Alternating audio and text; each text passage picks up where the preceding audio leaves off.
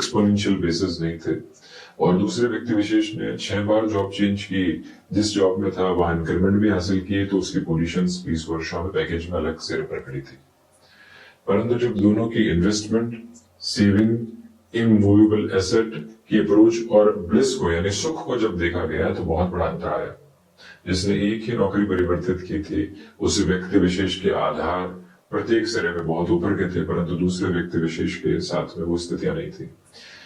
एक ने हासिल किया और उसके बाद में निवेश किया, एक ने कमाया और वो कहीं न कहीं गंवाने वाली स्थितियों में बारंबार रहता चला गया। ज्योतिषीय आधार पर जब द्वितीय भाव की बात करते हैं तो उसे द्रव्य के स्वरूप में देखा गया है, सिर्फ वाणी और परिवार के रूप में नहीं। लिक्विडिटी का बेस कहा तो धनेश जाता है, भाव स्वतंत्र है, परंतु लिक्विडिटी वहीं से देखते हैं, यानी किस तरह से वो व्यक्ति विशेष लिक्विडिटी को जनरेट करने वाला रहा।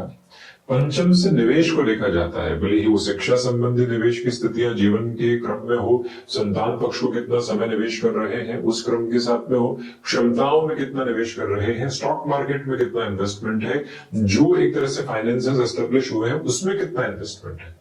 वही अष्टम रिसर्च के साथ में हम रिसर्च और एनालिसिस के साथ में किस तरह के इन्वेस्टमेंट की तरफ है। वही लाभ भाव की स्थितियां सर्वांगीण लाभ में कि नौकरी में रहे, हल्के फुल्के तौर पर अपने निवेश बढ़ाते गए और लाभ भी लगातार उसी सिरे के साथ में रहा।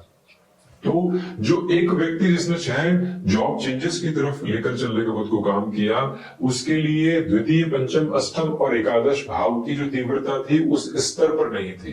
परंतु दूसरा व्यक्ति विशेष जिसने एक ही जॉब चेंज की, उसमें निवेश की समझ इस ग्रही व्यवस्था के आधार पर बड़ी ही अलग सिरे में थी।